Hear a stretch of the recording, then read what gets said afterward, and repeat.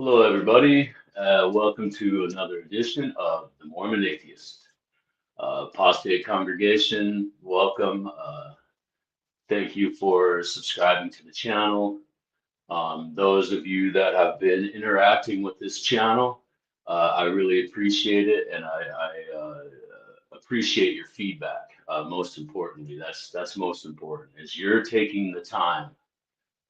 You're taking your time, right? And you're, you know, kind of in a way you're fact checking me, and I very much appreciate that. And the response and the reply that I've been getting has been phenomenal. So thank you, everybody. Thank you for your feedback. I really enjoy that. I look forward to it. I encourage everybody to, uh,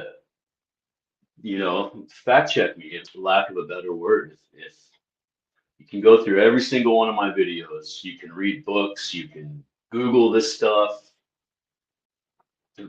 Everything about the videos you can Google and you can find it. So I give sources where I get all the information, everything in every single video.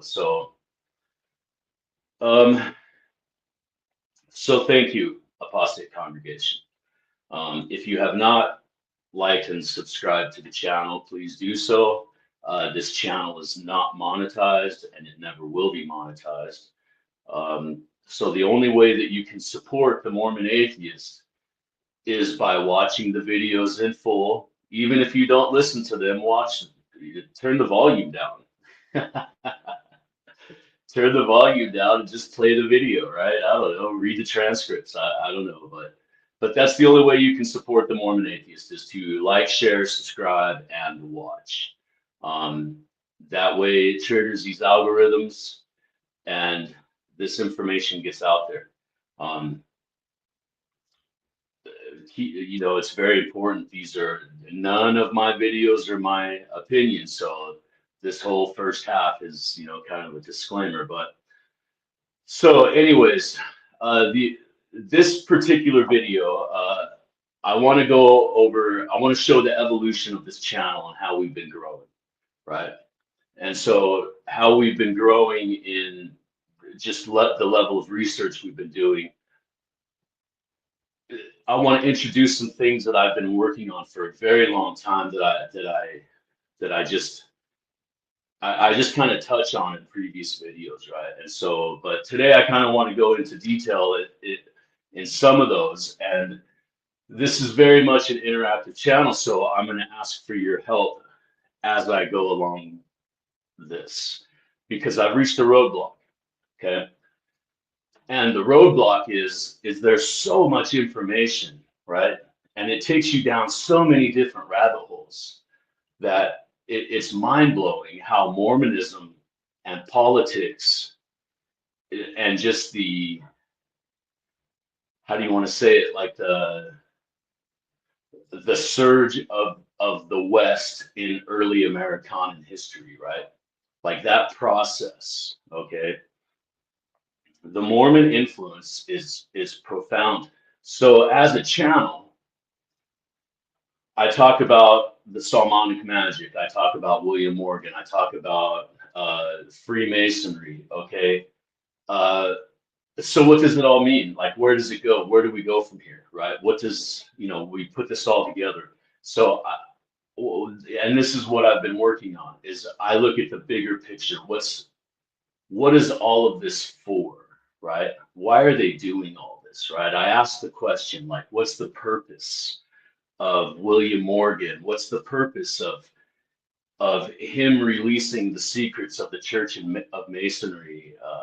Why kill him? Why go through all this trouble? Why the cover up? Why go through all this trouble through history, right? You know what I'm saying? Like it's a complete like cover up, the entire thing, right? And so what's the bigger picture? What's the point, right? So I did an episode early about a year ago. Okay, so it doesn't have the name on it, so I don't know which one it is. I can go through and watch them, but the date is 3/14. I have on here 3/14/2024. So what I'm talking about in this particular video, right, is the links between Mormonism and Masonry, okay, and how that's kind of important, right, and how that all ties in, right, to politics, okay. So in the early days of Mormonism, right, that we're in the 1800s, 1820s, okay, this is the whole beginning of the anti-Masonic movement. William Morgan has just died. What's the point, right? Like, what is leading up to this process, right? What's going on in the country, right, at the time? How does this pertain to the Mormon story, right? So, you know, forgive me if I don't come across as explaining this very well, but this is part of the interaction. I want you guys to go down, like, listen to what I'm saying and go down these rabbit holes kind of with me, right? So what does it all mean, right? What does it mean, man? Okay, so in the Mormon story, right? Okay, the Book of Mormon, right? And if you look at the Book of Mormon as an autobiography, right, which a lot of scholars and people do, right? It's an autobiography, right? So if you look at the bigger picture of that of the Book of Mormon, of what it's saying, right? And if you look at the story of Laban, right? The story of Laban, okay? This is my opinion, okay? I think the story of Laban is what happened to William Morgan. It's the story of what happened to William Morgan, okay? Now, if you look at it under this Geist, right? Okay, well, it takes me to Mulek in First Nephi, right? Mulek in First Nephi has three sons, okay? One of those sons is Zarahemla. Zarahemla escapes. The escape of Zarahemla sets the stage for the entire Book of Mormon, right? You can't have what happens after the death of Mulek in the Book of Mormon. You cannot have happen without the escape of Mulek's third son. Are you following me with that? Okay, in real life, in the Bible, right? They're very the Book of Mormon is very much clearly talking about the same Mulek. Okay, in real life, Mulek in the Bible really does exist, right? Well, all throughout any kind of recorded history of any sort, Mulek only has two sons, and in the Bible, this tells you the names of those two sons. Zarahemla is not one of the sons. He does not have three sons. He has two. Okay, so Zarahemla is a complete construct. Okay, but he's telling you what happened in the political movement of that day in the Book of Mormon. Does that make sense? Okay, are you following me? It's an autobiography, and if you look at the background noise in the Book of Mormon, what is the Book of Mormon even about? Right, the New Jerusalem. Okay, building the Temple of Solomon in the New Jerusalem. Right. Okay, so these are very much Masonic things, right? And where was I going with that? Shit, I just lost my train of thought. Damn it.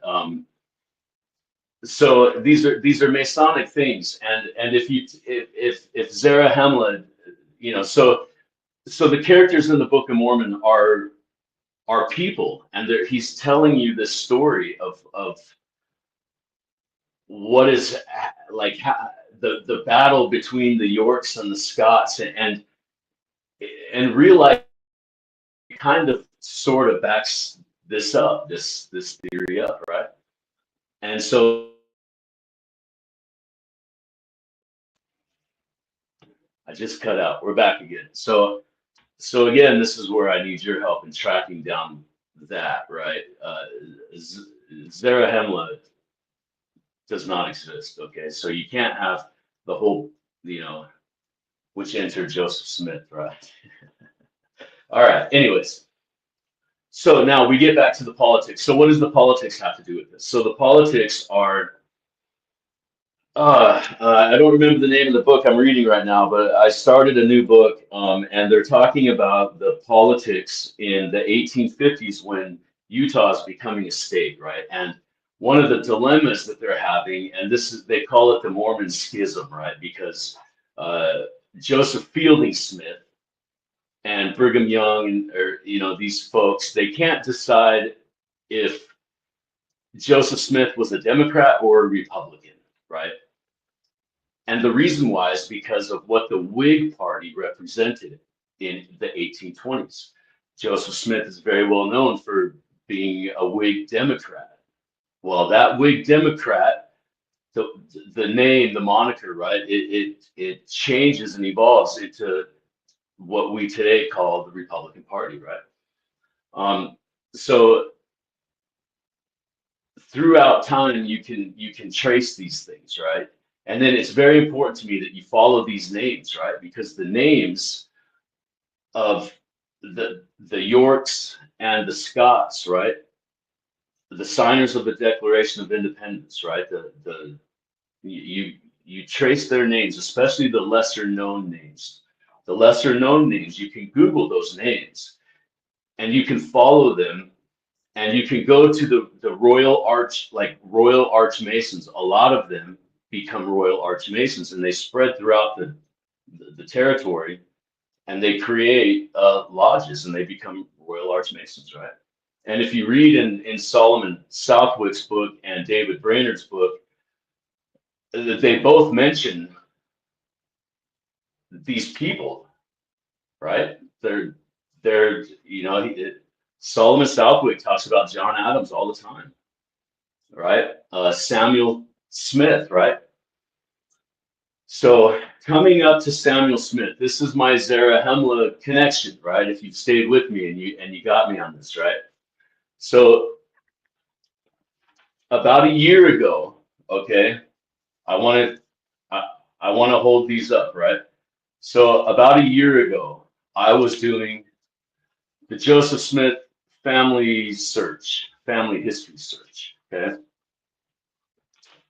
And I'm looking this stuff up, and I'm Googling, and I can't find anything. Remember, this channel does not use Mormon sources of any sort, right? So what is that called? Wikitree, things like this. These are Mormon sources, so I'll use them as a reference.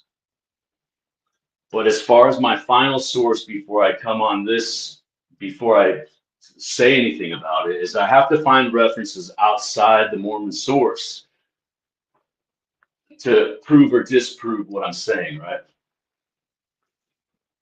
So I'm searching all this stuff, and it becomes so messy that I actually had to start writing down their names and writing down the dates, because none of the names and the dates match up. None of them do, right? And so once you start looking, like really digging into this stuff, right, you start to figure it out, right? So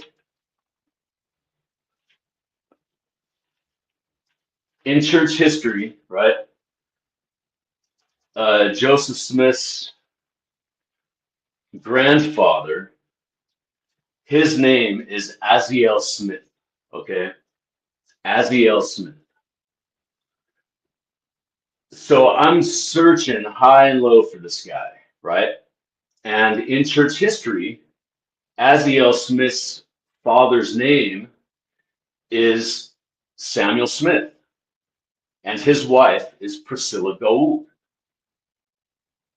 Okay, and they have sons, and Joseph, David, John are these names, right? Okay, well, that makes sense. Okay, because that coincides with church history. But here's the thing, though, that I could not figure out, that I need your help with.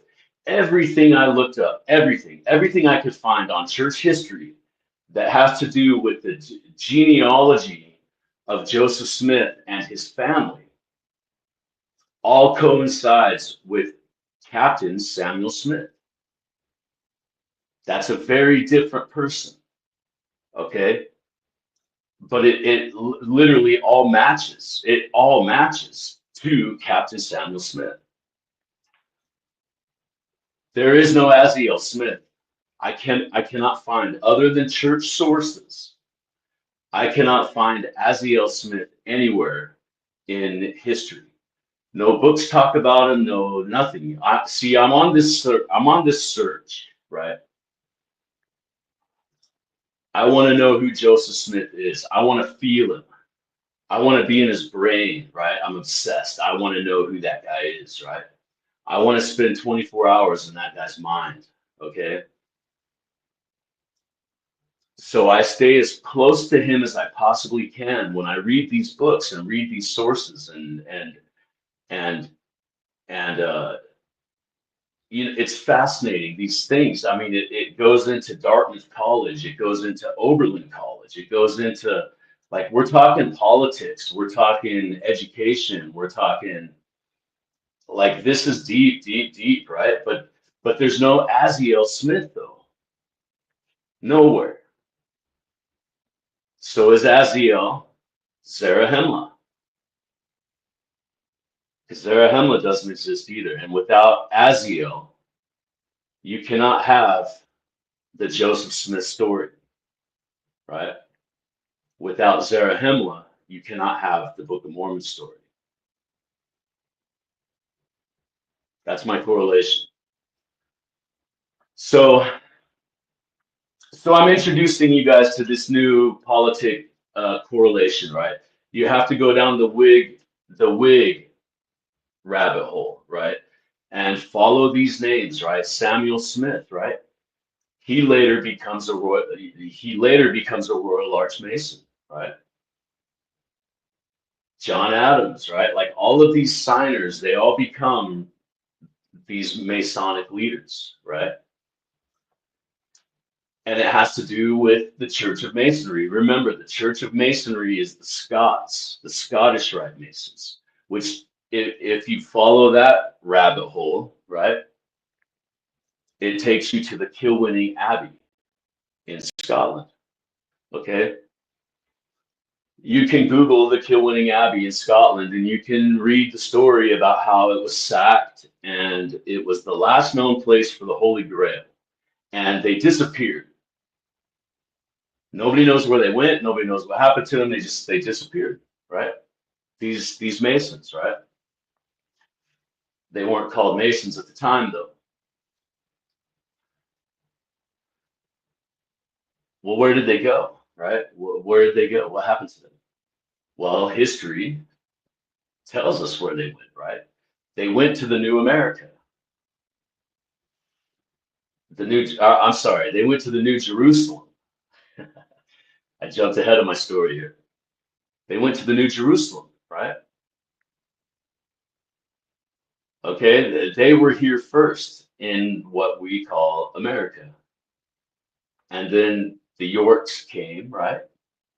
And this is how the story unfolds, right? This is real American history, right? This is actually real American history. Okay. So when you start connecting these dots, right, and the Kilwinning Abbey, it literally, and so the 33rd Scottish Rites are who start the Church of Masonry. They're the ones that killed William Morgan, right? This is not a secret, right? This is in every single book you pick up about William Morgan, right? It's not a secret. So when you start connecting these dots, right, and you start seeing how the Church of Christ and, you know, just the Church of Masonry, just how closely these things are so incredibly related, right? And, you know, it's kind of opens up you know, the bigger question of why. What's the point of all this, right? What are we doing, right? Why are we, you know, and the ideals, if you guys have, if you remember, since a lot of you have read Light on Masonry by David Brainerd, where he's specifically telling you the story about the Church of Masonry, right? he's telling you the entire idea is for the Scots. The Scots are pissed at the Yorks. The Scots lost, right? And so they're going to create the Church of Masonry to make, and this all has to do with taxes, okay? This all has to do with taxes, and mainly paying your dues, right? In the terms of how this it's talked about in the days, right? In the 1820s, the late 1700s and early 1800s is these things are referred to as like Masonic dues, okay? And so they're the Yorks are basically by the Constitution are stripping the Scots' ability to collect these dues, right? And to charge people for this stuff. Okay. And so I don't know, it's a lot of fun. Isn't this fun? Doesn't this these rabbit holes go so crazy and they go so deep and it's so profoundly influential on just American history just on its own, right? Like anybody at this point in my life anyways, on just the stuff that I have read and Googled and searched, and we've been doing this for a year now, apostates, right? I am completely convinced that the United States is a total Masonic country, right? It's values, right?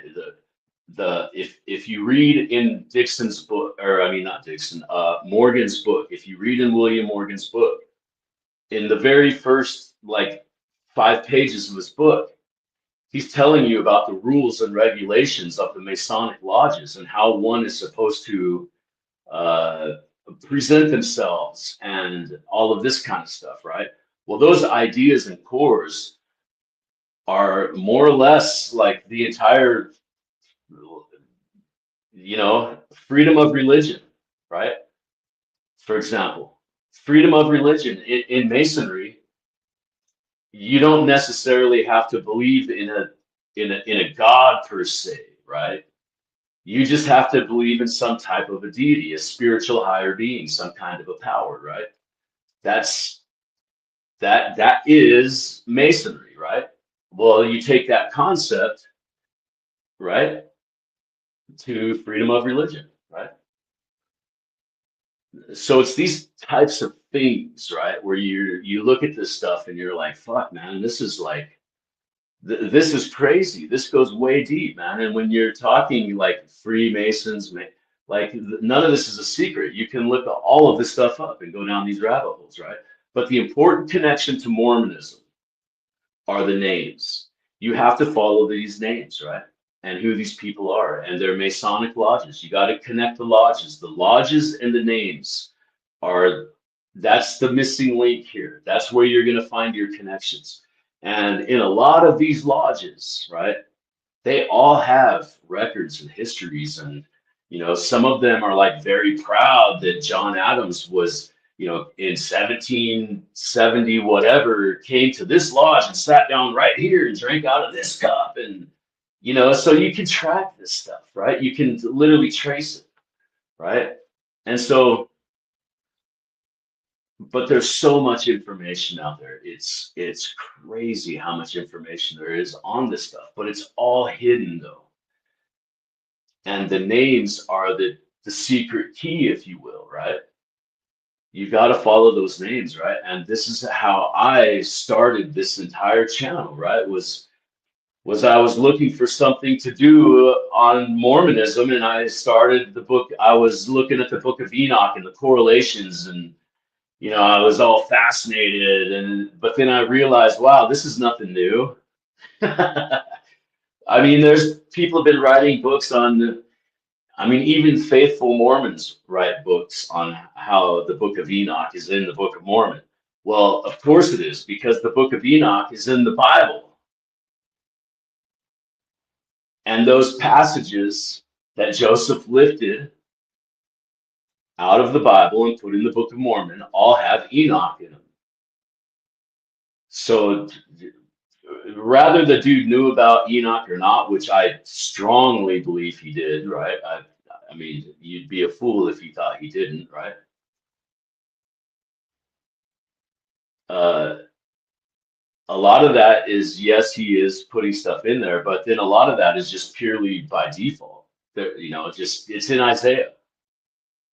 It's in Isaiah, and he took those passages out of Isaiah and put them in the Book of Mormon. So right there, just by default, Enoch is going to be in the Book of Mormon. You follow me? So that was, I was like, well, this sucks. I debunked my own my own thought, right? I was like, okay, well, this is gonna go nowhere fast, right? You know, there's nothing interesting here with Enoch, right? I mean, there's a lot of interesting stuff with, you know, the cities of Enoch and the communities of Enoch and all that kind of stuff, you know, like that's, you know, I do videos on all this stuff, right? It's all very fascinating. And then if you pay attention to the wording, see, these words are very important. When you look up the communities of Enoch, there's two different Wikipedia pages you'll get. You'll get one on Joseph Smith and his community, and then you'll get another one on Brigham Young and his community. Well, they say Brigham changed it to like yeah, I forget the exact story. It's I forget the exact story. You can Google it and look it up for yourself and read it. But it's very much a communistic thing in Joseph's day when Joseph had it, right? And the church totally denies this, right? This is another point that I wanted to make in this video was also through reading this stuff, right? You'll notice the propaganda, okay? Um, I call it fabricated propaganda. And here's why. I'll use Joseph's army as an example, okay? So the story of Joseph's army, as the Mormon story tells it, that me and you know, right? Okay, remember, I was born and raised in this cult, right? So I grew up and I still am very much involved with family members, etc., that are in Mormonism. So like I know these stories, okay? Joseph, the story goes, I'm summarizing, right, is he created an army. It was called the Mormon Army, blah, blah, blah, etc. Okay? You can look it up and find it for yourself. Okay, so anyways, that's actually all true. Partly. Partly. Okay? The governor of Illinois really did he commissioned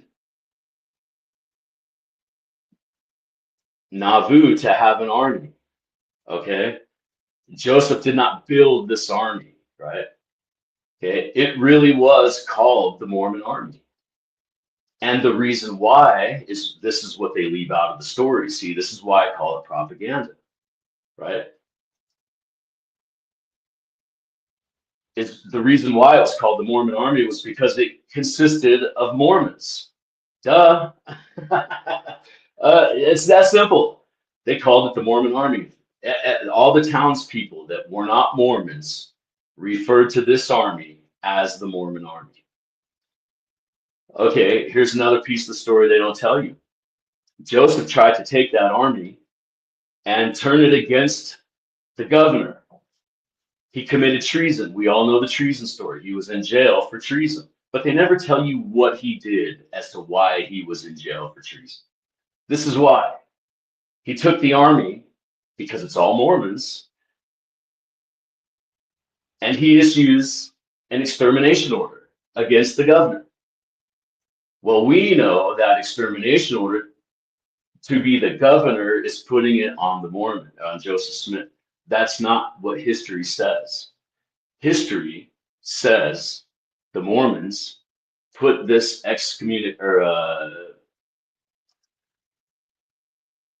fucking whatever the word is, order of execution on the governor. They change it, propaganda, fabricated truth, right? So these things really did take place, right? but not as history says it, right? This is what cults do, right? You have to recognize this is a cult because cults tell you what they want you to believe, right? Only read this book. Hey, just so happens we have an entire bookstore that you can go buy from that we approve for you to read. It's a brainwashing tactic, right? This is a cult move. It's a classic cult move. You know, this is why. So if you remember right, if you read the book Moonchild by Aleister Crowley, right? Aleister Crowley in that book praises Joseph Smith, right? But he's praising Joseph Smith as a guru. Joseph made it, okay? He figured out the formula. He understands. He made it, right? That's what Aleister Crowley is writing about.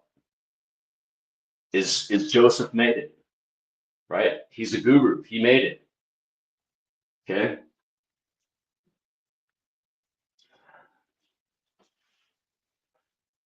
Mormonism is so fascinating, folks. I love this stuff. I can't get enough of it. And the more you read about this stuff, the more you read, just you got early American history, right? You have early American politics, early American religion. It talks about the religious revival of the day. You have like you can dig really deep into this stuff. You can Google if you're a Protestant, you can Google the early day Protestant uh, speeches. This stuff is in archives. You can Google this stuff and you can read it, right? You know, it's fascinating. It's so fascinating. If you have any kind of like American interest, this is, you cannot have, in my mind, you cannot have American history without Mormonism and Freemasonry. You can't. It's impossible. Because once the Mormons go west, right, they literally colonize the entire West, right? They create the West from the Missouri River west. You know, yes, there's already people there, there's trappers and etc., but there's no like settlements. You know what I mean? Okay. It's fascinating stuff. And so, you know, the Mormons discovered the gold rush. The Mormons built Las Vegas, Nevada. Did you know that? The Mormons built Las Vegas, Nevada. The mob used them, right? Because they were the perfect worker. They didn't drink, they didn't smoke, they didn't gamble. So it makes sense, right? Don't use your product. Whatever you, what drug dealer does not know that? You never use your own product, right? Well, what the Mormons do, they didn't use their product, so they were perfect. They were perfect employees, right? Because gambling is a drug, right? All right, folks. So I hope I have raised your interest, right? I hope I've piqued your interest.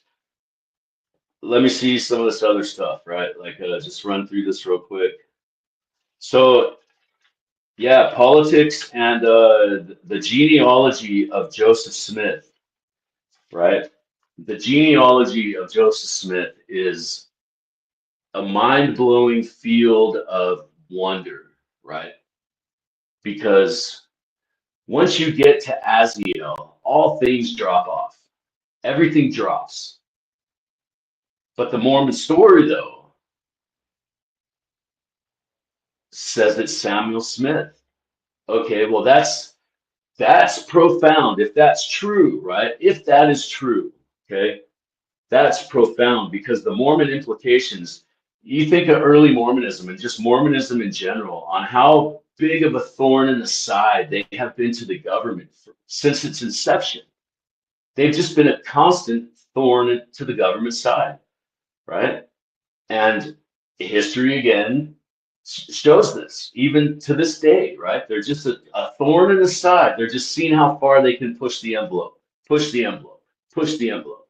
And they just seem, and every time they they shoot for the stars and hope for the moon kind of thing. You understand? Right? So they get a little bit further, a little bit further, a little bit further, a little bit further. And so each time they're spreading like this cancer amongst the American society, right? And they've been doing this for 200 years. They're in our politics today. John Lee, or whatever the Utah Senator Mike Lee, that's his name, Mike Lee. Mike Lee, Orrin Hatch. I mean, the list goes on, right? They're in Congress, they're in the House, they're in town councils, they're everywhere. And if you read all these old stories, all of them are warning you. Every one of these books are telling you, you better stop this now because it's going to get so big that you won't be able to. Well, I'm sorry to tell you, apostate congregation, in a lot of ways, we're too little too late, because William Morgan was the first whistleblower. He tried to tell us, and he died for that. He tried to tell us, the LDS church is coming. You better stop it. I love William Morgan. Rest in peace, my man. Rest in peace, brother. We figured out who your killer was. Joseph Smith. In a lot of these books, it says that Smith from Vermont is the killer of Morgan, is either the killer or the presumed killer. Now, you can leave it up. You can leave that wiggle room if you really want to. You know what I'm saying? But let's be reasonable. In context of these books, what they are talking about and the people that they are talking about in these books, it is very, very clear that they're talking about the founders and creators of the Mormon Church. But they're talking about them as Masons, not Mormons. There is no Mormonism at this time. They're Masons, right?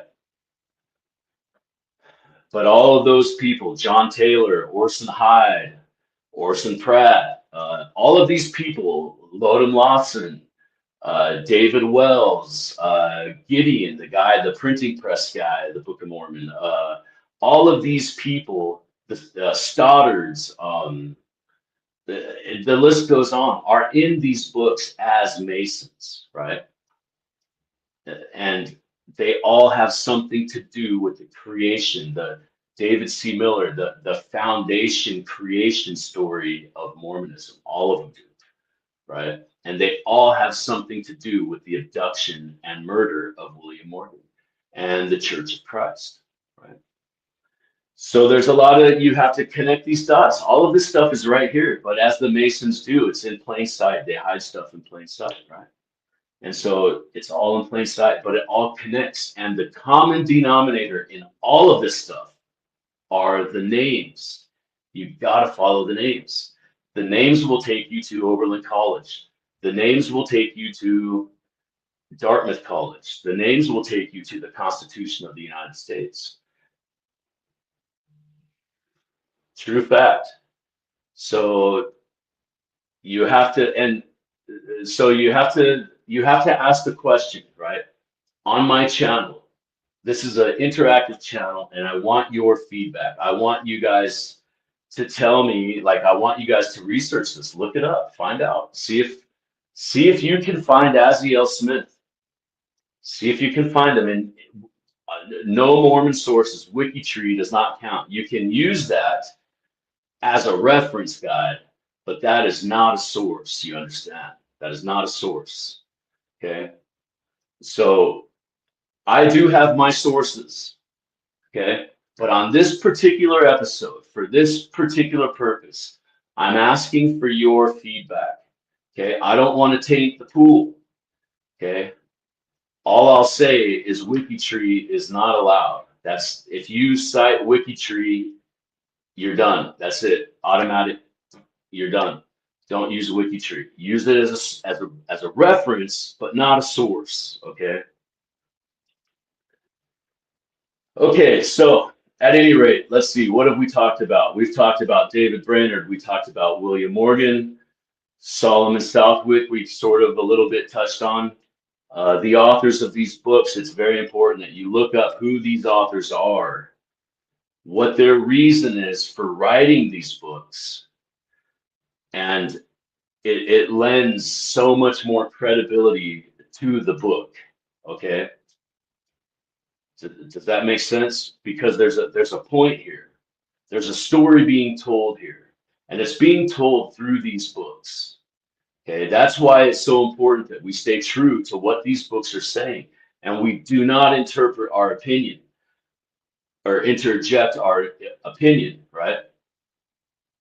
We we have to follow the trails. This is history. We're looking for history. Dates matter. Dates matter very much, right? And so we're on a trail and we're sniffing, like, we're sniffing, we're looking, we're trying to sniff this stuff out as to why this happened. Why did this take place? What is the bigger picture here, right? Why is the Church of Masonry such an important thing that somebody had to die for it? And then this giant cover up happens for 200 years. This is an unsolved mystery. The death of William Morgan. But in these books, there's little, sometimes there's just one sentence, but it's like an off sentence, right? There's a book called the Golden Bible, okay? You can Google that. It's called the Golden Bible, okay? That was what the original Book of Mormon was called. It was called the Golden Bible. You can read that book, okay? I don't remember who the author is offhand, right? But in that book, it tells you a little piece of the William Morgan story. I don't remember offhand what page number. I don't remember it, but it's in that book. You'd have to read it. I currently am going through a whole bunch of old books specifically to find that passage right there, right? I do know it's in the Golden Bible. I just have to find it, but I'm going through it now, specifically looking for that passage because it's only like 5 or 6 sentences and that's it. And the book is like, I think like 400 or 500 pages long, 600 pages long. So it's like looking for a needle in a haystack. But anyways, in that book, it talks about how Morgan was peddling 3,000 copies of his book and he ran through a forest and it's literally the exact same story of Joseph Smith, right? These two people are so strikingly, incredibly similar to each other. Their stories, the 116-page book, the lost manuscript, their deaths, their martyrdom. They both get arrested for $268,000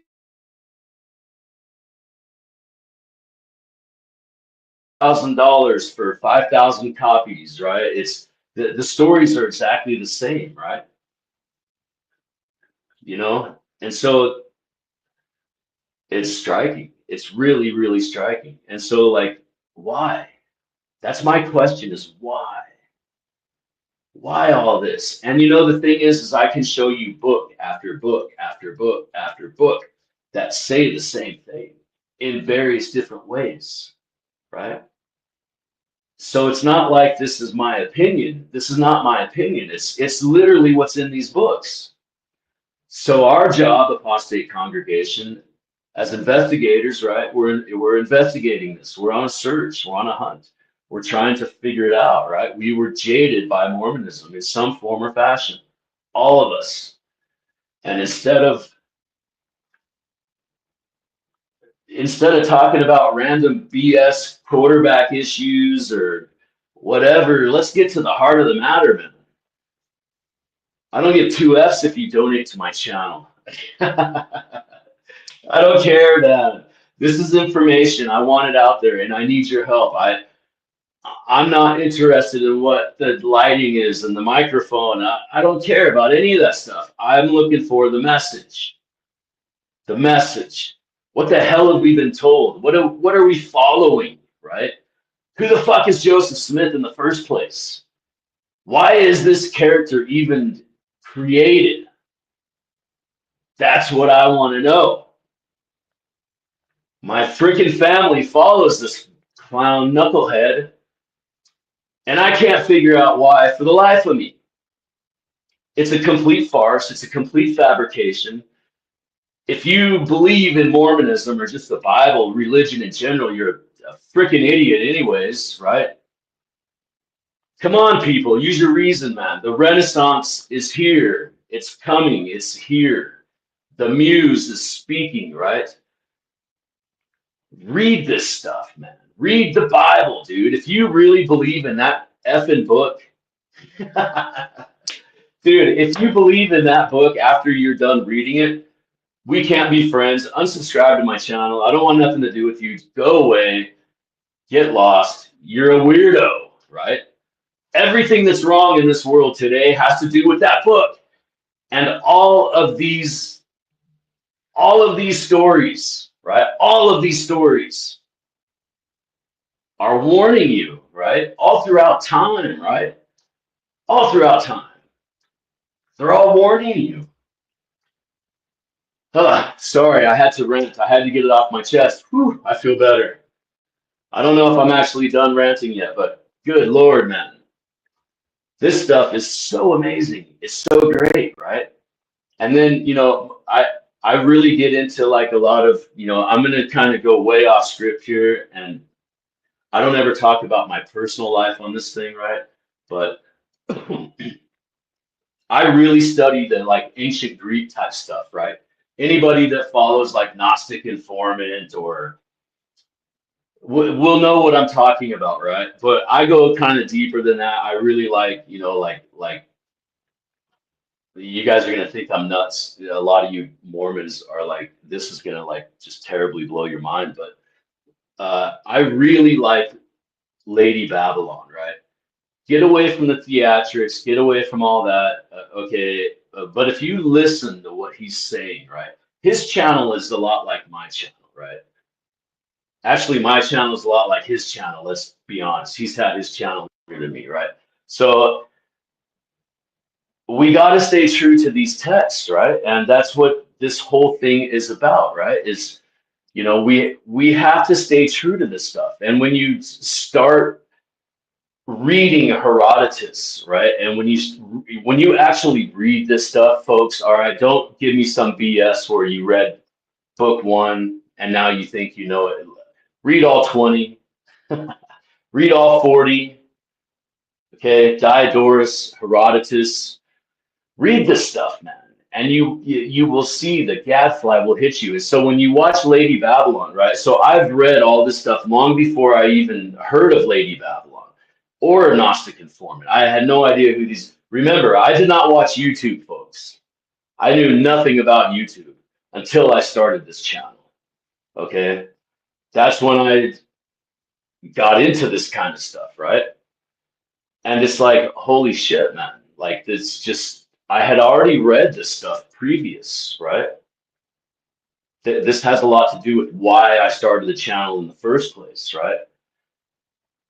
And so when people like Lady Babylon and Gnostic Informant and Myth Vision, and when they're talking about being bitten by the gadfly, right? I already knew what that meant, right? So when I heard that, I was like, what the fuck? Oh my God. These guys are talking to me, like it was just like weird, right? And so like I already knew a lot of the stuff that they talk about, right? But it was just me reading stories. It never went any further than that. I never told anybody about this stuff. But once I saw that, I was like, dude, people are actually interested in this stuff. Like, I had no idea. I had no idea, right? Because to me, I thought it was just a nerd, weird thing. I read Herodotus and Diodorus, and I had talked about it with my family one time. And I would talk about it as I was reading it, right? And it's so explosive into like the question of what do we really know about what we even are, like who we even are, right? What do we even know about that? Because those books, if you want to go down that rabbit hole, right? There's a gap. Okay, Herodotus is telling you that year one was discovered by the Athenians. Okay, when they figured out what the story of what the end of the story of Pan was. This is Herodotus writing this. Okay, Herodotus is writing in 500 BC, folks. So when the hell did the year one really start, right? What the hell do we really know about any of this stuff, right? What do we really know about just what the fuck time is it really? We don't know. We have no idea, right? What history is, right? And so this is my fascination, is we don't know anything about and so when I read that set my mind off on like this crazy, like everything we're being told is a lie, and it's all being rewritten. Because if you read Herodotus, he cites other authors, he cites other quotations, he cites and he's got 40 freaking books, man. And it's all throughout these books he's doing. And then there's other contemporary artists of his day doing the exact same thing, right? So, and then if you read our history today, it makes Herodotus and Diodorus and all these historians just look like like they have no idea what they're talking about. But if you read those little kernels and crumbs, they are so incredibly observant of the natural world around us, right? Is the best way to describe it. And we've lost that over time. Christianity, in my mind, monism has taken that away from the human experience, right? I truly believe that, right? Monism has taken away our connection to the natural world, right? And because that is so reflected in Herodotus, Diodorus, all those old books, man, all of them. It's great stuff. It's really great stuff. All right, well, I've ranted. I hope that, let's see, I've been on here for 52 minutes and 3 seconds now. So, anyways, I would like you guys, I hope this opens your mind to curiosity, okay? So where does the Mormon atheist go from here, right? This is where we're going to go. We're going to go down these political rabbit holes, right? We're going to show you how Solomonic magic, the magic of Solomon, the craft, black magic, whatever the hell you want to call it, right? It's all the same thing. Okay, we're going to show you how all that correlates. And we're going to put together all these dots and connect all these pieces, and how the Church of Masonry, and how today, right now, the Mormon Church, their motto is to make you a Mormon without you even knowing it. Okay? That's fact. Nobody will disagree with that. Any of the Mormon podcasts will tell you that same thing. Okay? What was the 33rd Scottish Rites moniker at the time in the 1820s? To make you a Mason without you ever knowing it. It persists today. The Mormon Church is the Church of Masonry, which is what William Morgan died for, right? And so, yeah, that's what we're going to talk about. And so I ask for your help. Please like and subscribe to the channel, Apostate Congregation, if you haven't already. Share the video. The channel's not monetized, all that kind of good stuff. You know why.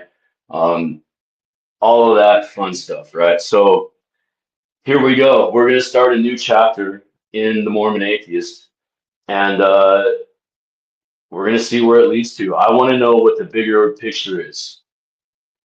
Why the Whig Democrat Party? Why the anti-Masonic movement? Why the death of William Morgan? Why? Ask question, folks.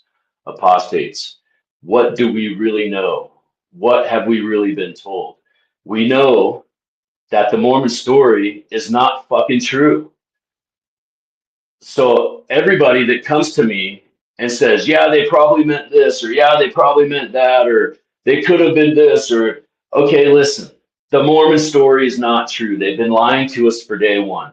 So why would we believe anything that a Mormon historian